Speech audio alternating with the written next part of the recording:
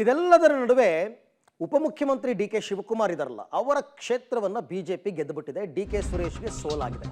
ಸುಮ್ಮನೆ ಕೂರೋ ಮಗ ಅಲ್ಲ, ಡಿ ಕೆ ಶಿ ಕಬ್ಜಾ ಕದನವನ್ನ ಈಗ ಶುರು ಮಾಡಿದ್ದಾರೆ.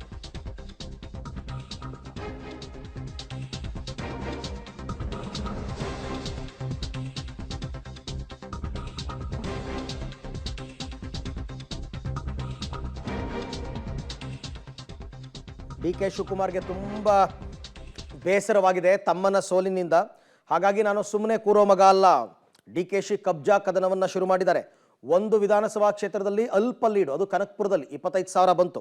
2 ವಿಧಾನಸಭಾ ಕ್ಷೇತ್ರಗಳಲ್ಲಿ ಎಡ್ಜ್ ಲೀಡ್ ತುಂಬಾ ಕಡಿಮೆ, ರಾಮನಗರ ಮತ್ತು ಮಾಗಡಿ. ರಾಮನಗರ ಜಿಲ್ಲೆ ರಾಜಕೀಯ ಅಖಾಡದಲ್ಲಿ ಹಾಗಾದರೆ ಡಿ ಕೆ ಬ್ರದರ್ಸ್ನ ಗೇಮ್ ಬದಲಾಗುತ್ತಾ?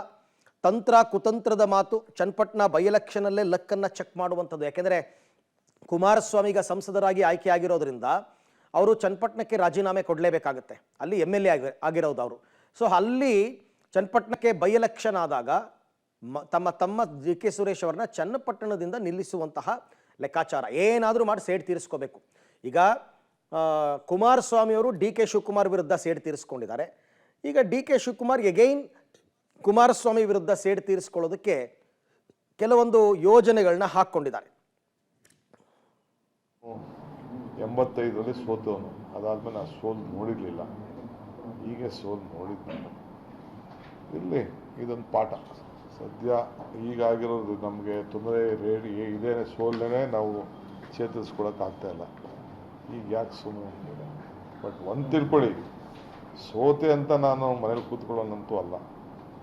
ನಾನು ನಮ್ದಂಥ ಜನ, ನಮ್ಮ ಕಾರ್ಯಕರ್ತರಿಗೆ, ನಮ್ಮ ಕ್ಷೇತ್ರದ ಜನ, ಇಡೀ ರಾಜ್ಯದಲ್ಲಿ ನಮ್ಮ ಕಾರ್ಯಕರ್ತರಿಗೆ ಎಷ್ಟು ಶಕ್ತಿ ತುಂಬಬೇಕೋ ಆ ಕೆಲಸ ನಾನು ಮಾಡ್ತೀನಿ. ಯಾರು ನಾವು ಸೋತೆ ಅಂತ ನಾವು ಸುಮ್ಮನೆ ಕೂತ್ಕೊಳ್ಬೇಕಾದಂಥ ಪ್ರಶ್ನೆ ಇಲ್ಲ. Till my last drop of my blood.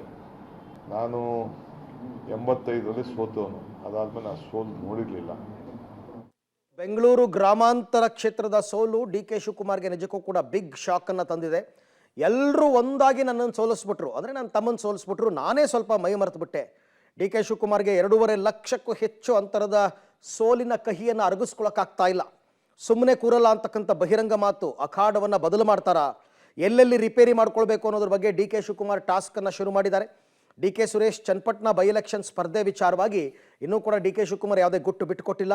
ಈಗ ಸೋತಿದ್ದೇವೆ, ಸುಧಾರಿಸ್ಕೊಳ್ಳೋಣ ಅಂತ ಡಿ ಕೆ ಶಿವಕುಮಾರಿಂದ ಮೈಂಡ್ ಗೇಮ್ ಶುರುವಾಗಿದೆ.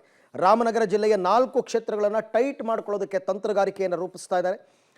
ಜೂನ್ ಬಳಿಕ ಡಿ ಕೆ ಬ್ರದರ್ಸ್ ಅವರ ಇನ್ನೊಂದು ಆಟ ಶುರು ಆಗುತ್ತೆ. ಯಾಕೆಂದರೆ ಚನ್ನಪಟ್ಟಣ ಬೈ ಎಲೆಕ್ಷನ್ ಆಗಬೇಕು, ಇನ್ನೂ ಕೂಡ ಚನ್ನಪಟ್ಟಣ ಬೈ ಎಲೆಕ್ಷನ್ ಆಗಬೇಕು, ಶಿಗ್ಗಾಂವಿ ಬೈ ಎಲೆಕ್ಷನ್ ಆಗಬೇಕು, ಆಮೇಲೆ ಬಳ್ಳಾರಿ ಸಂಡೂರು ತುಕಾರಾಮ್ ಗೆದ್ದಿರ್ತಕ್ಕಂಥ ಕ್ಷೇತ್ರ ಬೈ ಎಲೆಕ್ಷನ್ ಆಗಬೇಕು.